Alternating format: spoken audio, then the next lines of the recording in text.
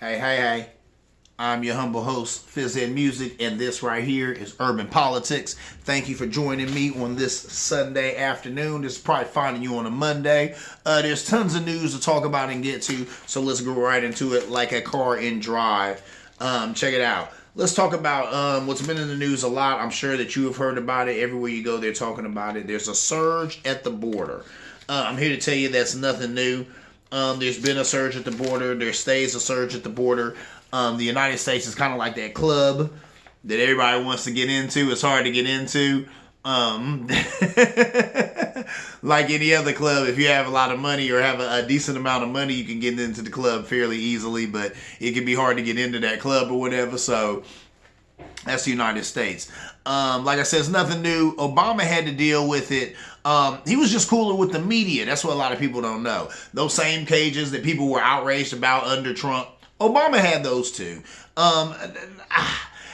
Now hold up. Now I don't want to make it seem like the Obama administration was doing the same thing the Trump administration was doing, because they weren't, and we'll talk about that in a minute here. But my point is, some of the same ways of dealing with this surge or this abundance of people coming to the border, Obama had to do it the same way. They had to have ways to house kids that were coming unaccompanied. They had to have ways of getting people that trial so they could get citizenship. Now, what they had was catch and release, and of course, you've heard Trump rail against that his whole 4 years in office, talking about how catch and release didn't work. Catch and release, essentially was person comes to the border, saying that they want some diplomatic asylum, saying that they want some protection from the U.S. government. They would be like, okay, what we're going to do is we're going to let you go. And then, we're going to give you a court date. And in 30 or so days, you need to come back for this court date. And this is where we'll decide your citizenship, whether you can stay or not. But until those 30 days, or that court date comes up in those 30 days, we release you.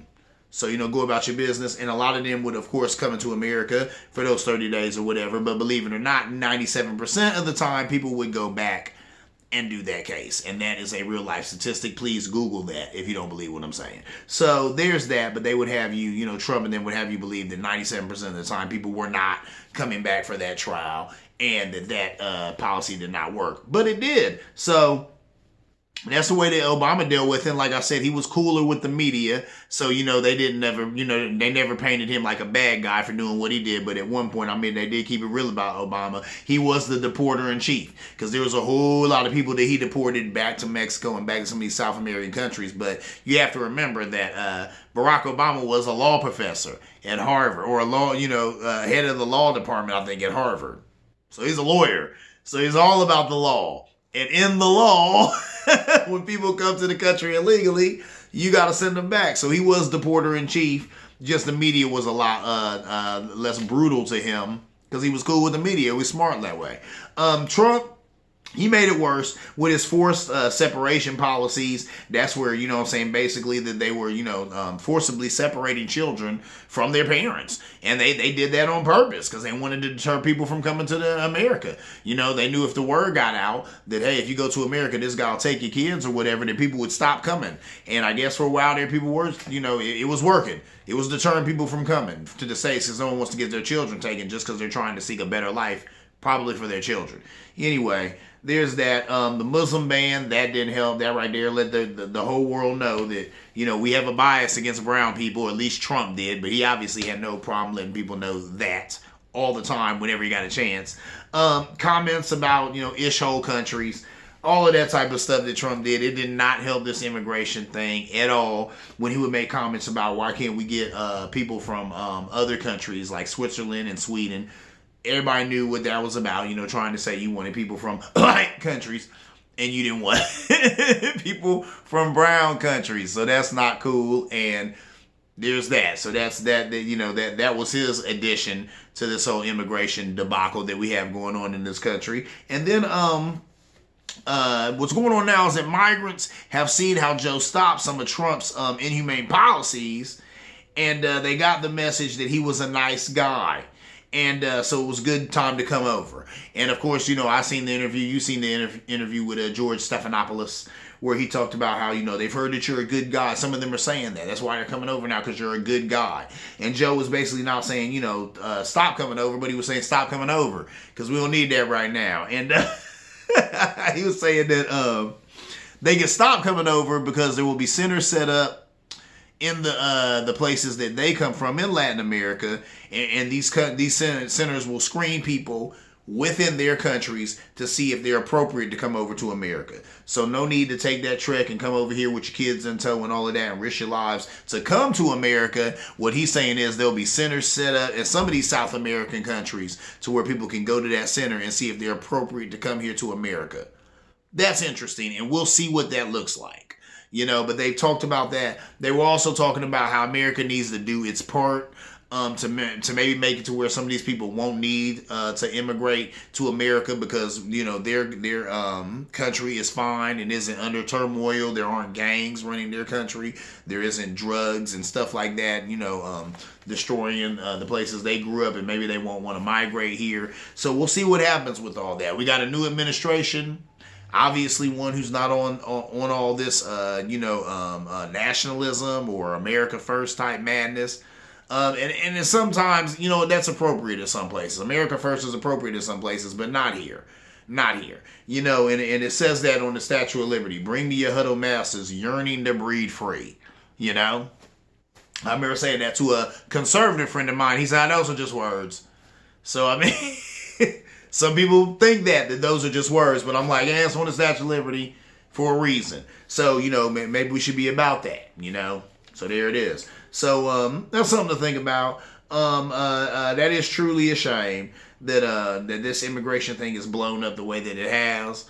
I'm not surprised that, immigrants have gotten the word that, there's a new sheriff in town. Let's try and get over there now because the getting's good. So there's that, Has to be something done about it, because I can also understand in America people being about, the resources or the lack thereof, the drying up of resources for people who are from here. I've heard it come out of people's mouths from here that they said, man, I've lived in this country all my life.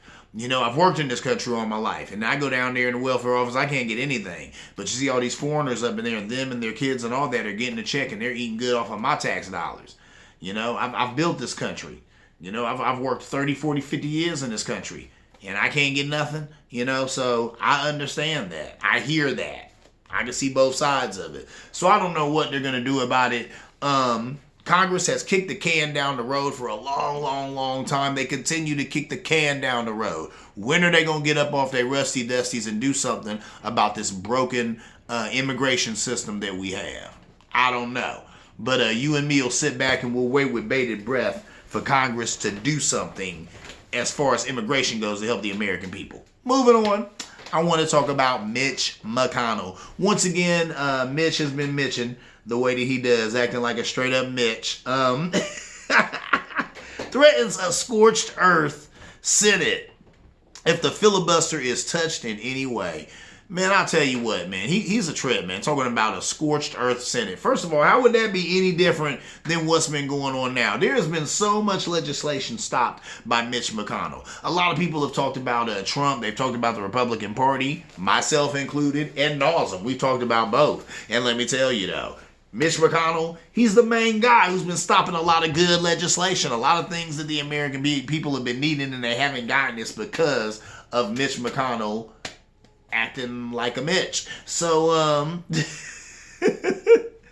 him talking about scorched earth, mad about the filibuster. Let me tell you something. That filibuster, the Republicans have misused and abused the filibuster, and they continue to do as such. A lot of people remember the famous scene of Ted Cruz on the House floor reading Green Eggs and Ham and silly little stunts like that because they're trying to delay a bill from being able to be voted on or passed or whatever. All of that stuff is silly. They really need to get rid of the filibuster because it's a joke. And it really needs to go. I'm sick of that. It's ridiculous. It's just another tool that people are using to hold up legislation. And a lot of times the filibuster is used when something is passing anyway. All this is doing is holding it up. And I guess they were saying, in a real life, the real way a filibuster is supposed to go is that someone's on the House floor and they're talking the whole time, and the minute that they have to break, they have to go to the bathroom or do whatever. That's when someone can stand up and say, "Okay, yeah, now I got a motion for this bill to pass," and then the bill can pass. So that's the point of the filibuster, that you keep talking and talking and talking so that they can't get that business done. You should have to do the work. Republicans that did a thing where they were writing in a filibuster. And I don't even have time to get into some of that madness, but that's redonkulous. But that's some of the tricks that they pull to hold up legislation, the stymied legislation. That's garbage. We ain't got no time for that. So there's that. I want to quote his words. He said, "A scorched earth Senate, the likes of which no one in this chamber has ever seen in their lifetime." I go back to what I was just saying. Mitch, how is that any different from what you've been doing? You've been on that. You've been C-blocking legislation. This is a family show. You've been C-blocking legislation since you've been in the Senate. That has been his job. I remember at one point, or probably right now, he takes pride in that. What did he say? I think when Boehner was there, he had said something, "We should be judged on all the bills that we don't pass." What? You should be judged judged highly on what you don't do for the American people? Whatever. That's ridiculous. So it is what it is. Scorched earth, smorched earth. It'll be the same that we've been getting from Mitch McConnell. So if y'all want to reform the filibuster, please do. At least make it to where people have to do a real life filibuster. If you're going to filibuster a law, if you're going to hold up legislation, at least have to put in the work and get on the House floor and talk and run your mouth and like I said, and do the work and hold up that legislation and have it be a real life filibuster. Just writing in the filibuster and all this other garbage. Get rid of that. Please reform the filibuster. There's that. Moving on. Let's talk about what your president has done for you in his first 2 months in office. Now think about that. Think about what Trump did his first 2 months in office. Nothing. And then think about what this guy has done his first 2 months in office. Mr. Joseph R. Biden, what he has done his first 2 months in office, he has passed the American Rescue Plan. That is the reason why you have that $1,400 per person in your household right now, or you'll be getting it in a minute here, something to spend, something to put back into the economy. It was needed. Now, I still say, like I've said before, it's too little too late, but something is always better than nothing. My go-to comparison is how in Canada they've been giving their citizens $8,000 a month. So, now that this stimulus package that they're passing, it has some other good things in it too that I'm going to address in a minute here. But that right there is major because there's people who haven't worked in months. And like I said, it's too little too late. If you haven't worked in months, $1,400 per person, even if you have a family of, say it's you, your woman, and you have a child, and you've gotten, what is that, $4,200? Is that helping you when you haven't worked in months? Really, with all of that, you're paying. They made a joke on the Tonight Show, I think it was, and one of them talking about you just paying overdraft fees. So that's sad. You know what I'm saying? That's because it's not a joke. That's real life. A lot of people are going to get this money, and they just going to have enough to pay overdraft fees and to catch up on mortgage or rent. It's not really going to help them all like that. But it is what it is. Like I said, something's always better than nothing. So there's that. Mr. Biden gave you that. The Democrats gave you that. Not one Republican gave you that. Not one. Not a one. Only the Democrats. So let's remember that. Moving on. Administering 100 million shots. 100 million shots. How about that? Biden said that too. He said he wanted 100 million shots, I think, in his first 30 days in office. Here we are at first 60 days in office. He done got 100 million shots. Hats off to that guy. Getting people vaccinated right and left. They said that'll get us back to normal quicker. And you know what I'm saying? And that's what it is. Everybody wants to get back to normal ASAP. That's what's good. That's what's hood. Reversed the transgender military and Muslim bans. That's huge right there. First of all, transgender ban in the military. Come on, man, get that out of here. They seldom in the military care about what your sexuality is or who you're having sex with or who you make love to or who you're in love with. All they care about is that if that partner you have can get you sex, and that's get you back. That's all you care about. So you don't care about their gender and none of that. The Muslim ban, that was clearly racist. We all know what that was about because we all knew the guy who placed it on, so we already knew his deal. So it was good that Biden came in and got rid of that madness. Expanded access to health care and voting. That's huge right there. Big stuff. I had talked about that, I think, last show, I talked about how they had signed some stuff to expand some of the voting and stuff, and we talked about pressing upon Congress to bring back the Voting Rights Act and some things like that. So Biden is also getting busy on that. That's huge. Hats off to him for that. Acted to end private prisons.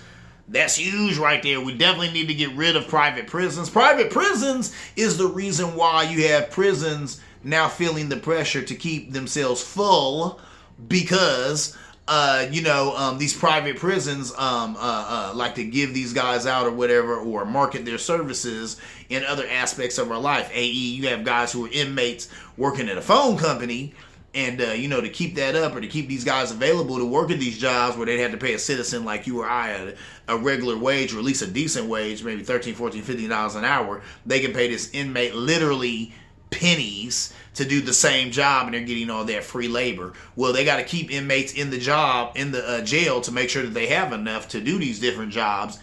Ergo, that's where you get that going on. So now they're making sure that they're prosecuting crimes, or what may not even be crimes, to make sure to keep bodies in the prison so the prison can stay paid. The prison industry complex, that needs to stop. So it's good that they're, like I said, acted to end private prisons. That's huge, and that needs to happen. Don't get rid of all of them, but we definitely need some regulation of them. We need eyes on them, and a lot of them do need to go. We need to get rid of all these prisons anyway, because more prisons, you got to have more people to put in them.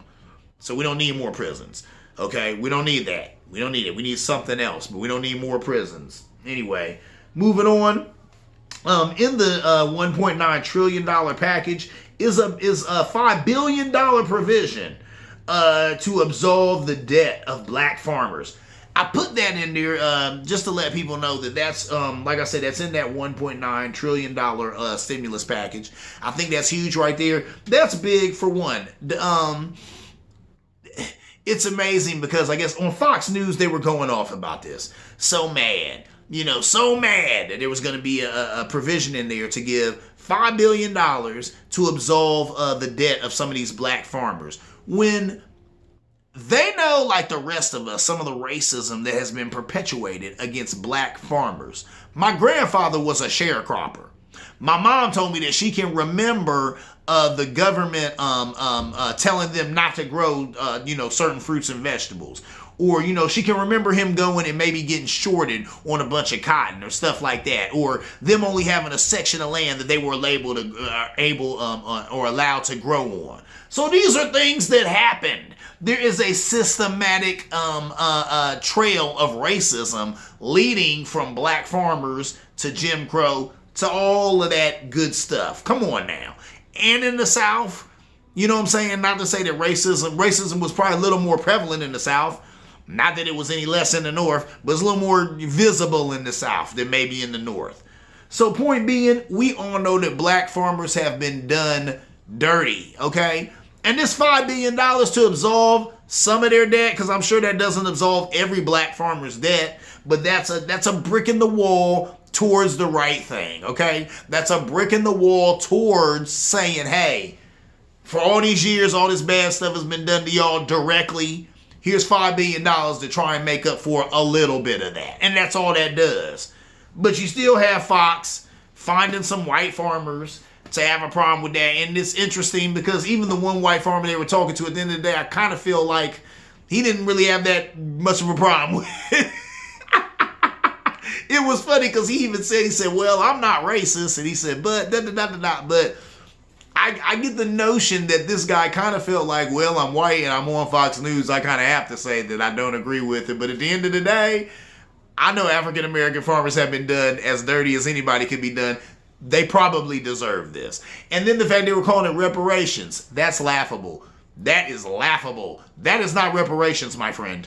That is not reparations, Fox News. I show you reparations. Where's my billions? We all need billions around here. If we're going to talk about reparations, let's be serious about it. You know what I'm saying? Now, of course, I'm being hyperbolic talking about where's my billions, but my point is every black person needs a lot more than this $5 billion that you're spreading out over the multitude of black farmers who have been done dirty for years by our government. So cut the games. Cut the games acting like they don't deserve it.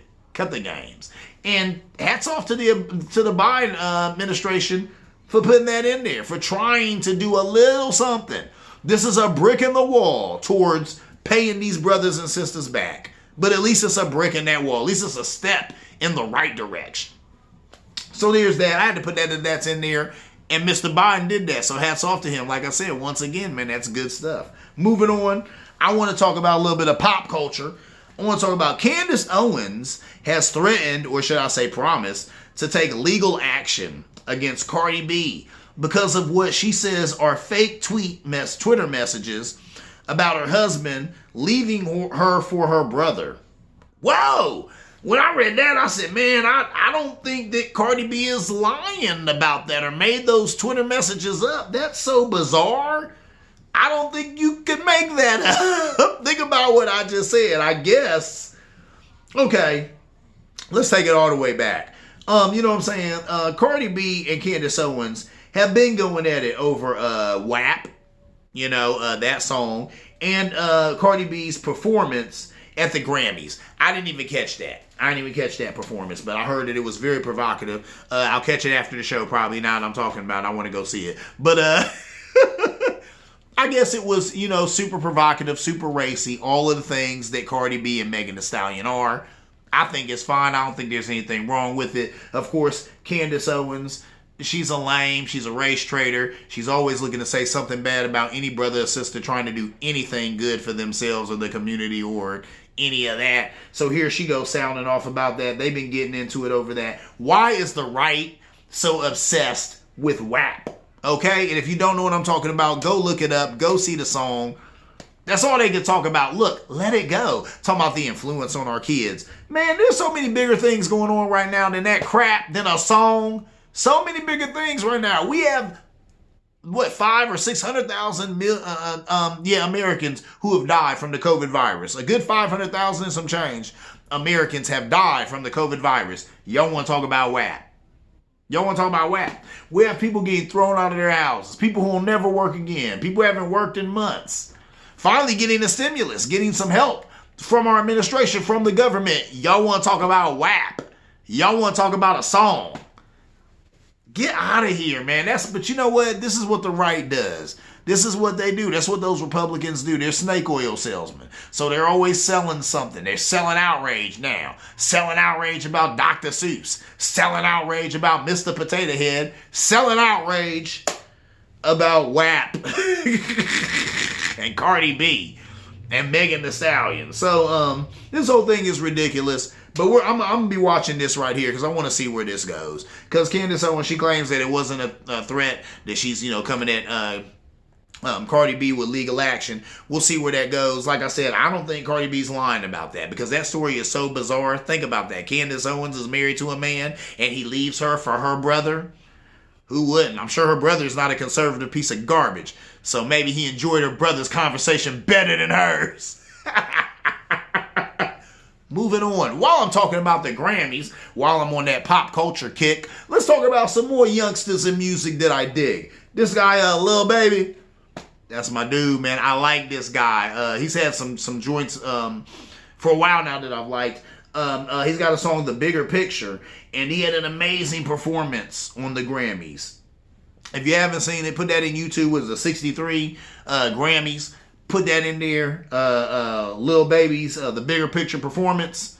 Amazing, man. It was really good. And I like how he's speaking to things that are going on right now. If you notice on this show, I'm always asking, where are entertainers at? Where are they at? For a while there, the only people that I saw saying anything was like Cardi B and Megan Thee Stallion. Cardi B, having interviews with Bernie Sanders and stuff like that. And I like how Megan Thee Stallion continues to call out Daniel Cameron for the abysmal job that he did on the Breonna Taylor case and how he dropped the ball, if you ask me, on purpose for his buddy Mitch McConnell. Talked about it already, but I like the fact that she continues to bring that up and she won't give him no slack on that. Another, Rihanna, she also has been going at his neck over that. Say her name, Breonna Taylor. I like how these sisters are serious. They're real. I like how Lil Baby done jumped in the act. If you ain't heard this song, check it out. Check out that performance. these young people are getting in the act that they're having conscious voices. They're using their platforms, and I appreciate it. And when they're doing it, I have to call them out and say, man, I appreciate it and thank you for doing such. Just like when they're not doing it, I give them the Spineless Jellyfish Award, and I call them that. So that's huge right there. I like that song. It's really, really good. Like I said, he's speaking to a lot of things that are going on right now. Before I get out of here, I'm just going to talk about a headline I seen before I even started the show. They said the border is now closed. Now, that was a headline. I didn't get a chance to read the story, but that takes me back to what I had said a little earlier about how it says it right there at the bottom of the Statue of Liberty. Bring us your huddled masses yearning to breathe free. Are those just words? If they're just words, y'all need to come on out and say it. Come on out and say it so that people in the world know that no longer can you come to America and seek safe haven. No longer can you come to America and get a better life for you and your family. All that's over. And I'm not saying that that's not the case. But if it is, Congress, have the backbone and the cojones to go on and say it to the world, man. If that's the point that we're at in this country, that's sad. That's real sad. And I think that the last administration was no small part of bringing us to that point. But if that's where we're at, go ahead and say it. Go ahead and say it. You know what I'm saying? So that way that, people who come here seeking that better life will already know that we're not in the business of doing that anymore. We're full over here. All the people that was going to get a better life from America, they're already getting it or have gotten it. So yeah, SOL. If that's the case, it needs to be said. All right, before I'm done, I want to talk about my beer of the week. What is it? This guy right here, made by this. Can you see this big name right here? This big long German name, Winstefahner. And it's called Vitus. This is the best beer I've ever had in my life. Ever. And I've had a lot of beers. I'm a beer aficionado, which you know from watching the show. But this right here, this is amazing. It is 7.7% alcohol. It is delicious. This beer is made by, I guess, the guys that told me the oldest brewery in the world. 256 years, these guys have been brewing this beer. And I used to get it, and it used to just come in like a deuce bottle, a 22 ounce. And they'd sell it for $3 a bottle. And then, it was so popular, and they'd sell a lot of it. It was $3.50 a bottle. Then next thing you know, it was $4 a bottle. So then after that, they started selling the six. The 6-pack is about $13, $14. But this is really, really, really good beer. And like I said, you got to remember now, Winstefahner, they make different beers. There's some other beers that they make that's not Vitus. And sometimes you'll see some of those. But this Vitus, and I only know one place that sells it. But this Vitus right here is their best beer. If you ask me, it's the best beer I've ever had in my life, bar none. It's amazing. And it's not even an IPA. This is a wheat beer. I'm pretty sure this is a wheat beer. But, oh my goodness. I take a little taste of him right there. That guy is amazing. So, if you got some money in your pocket and you want to sip real good, get you the Winstefahner Vitus. Winstefahner. That's good beer. So, that is my time, ladies and gentlemen. Thank you for hanging out with your boy, Fizz Ed Music, here on Urban Politics. I'll do it again next week, and we'll talk about some things in the news. There's some things in the news I did not talk about. Not to be remiss or make you think that they're not on my head nor my heart. I know about what the Asian community is going through. I know about the 8 people that were gunned down. I don't like the fact that this guy comes out and says it wasn't a hate crime. And they're just going to say, they didn't say they're not ruling anything out, but they should have went ahead and called it a hate crime off rip. The killer doesn't get to come out and tell you it's not a hate crime. But welcome to white privilege in America. I'll probably talk about that next show. Maybe or maybe not. Because, man, I got to get my own thoughts and stuff together about that. But with that said, my heart goes out to the Asian community. We all have to come together. Do Black Lives Matter? Sure they do. Asian lives matter as well. So that's what's good. That's what's hood. This has been Urban Politics. I'm your humble host, Fizz Ed Music. We'll do it again next week. Once again, see you around like a donut.